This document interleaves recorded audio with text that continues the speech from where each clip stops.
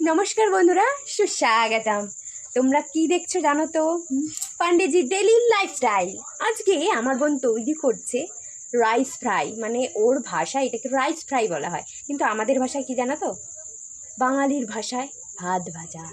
তোমাদের সেটাই শেয়ার করব, কি করে তৈরি করছে। অনেক কায়দা কানুন করে নিয়েছে ও সেটা তৈরি করার জন্য। সমস্ত জিনিস পরিপাটি করে সুন্দর করে কেটে গুছিয়ে নিয়েছে। মেয়েটা কিন্তু বেশ কাজের আছে, দেখো সুন্দর করে পরিপাটি করে কিন্তু বেশ গুছিয়ে নিয়েছে।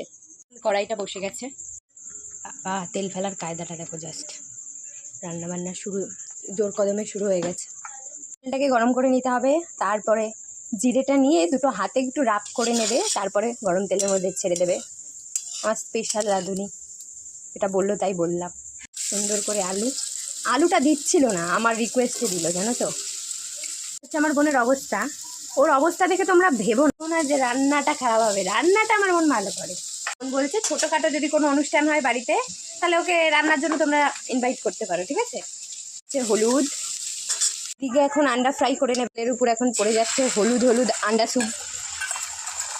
এখন পড়ে যাচ্ছে লঙ্কা কুচি, আদা কুচি আর রসুন কুচি দিয়ে একটু হালকা নেড়ে চেড়ে নেবে তোমরা। ডিমটাকেও একেবারে ছোটো ছোটো স্লাইস করে দিচ্ছে। এটাকে কি বলে? ডিম ভুজিয়া। অনিয়ন, পেঁয়াজ কুচি, এইভাবে চপ করা পেঁয়াজগুলোকে দিয়ে দেবে। দেখতে পাচ্ছ তো কীভাবে লম্বা লম্বা করে কেটে নিয়েছে।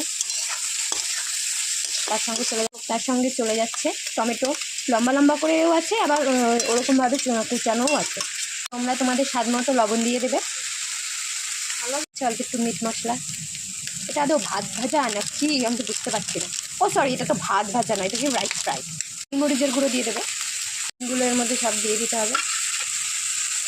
এখন চলে আসলো আমাদের শো স্টপার রাইসটাকে দিয়ে ভালো করে নেড়ে চেড়ে নেবে, নেড়ে চেড়ে পুরোটা মিশিয়ে নেবে। মিশিয়ে নিয়েই তৈরি হয়ে যাবে আমাদের রাইস ফ্রাই, মানে ভাত ভাজাটা। তারপরে এখন আমরা খাওয়ার জন্য প্রস্তুত হয়ে নিচ্ছি। উপরে একটু পেঁয়াজ কুচি ছড়িয়ে নিলাম। খেতে কিন্তু দুর্দান্ত হয়েছিল, কি বলবো, জাস্ট বাও।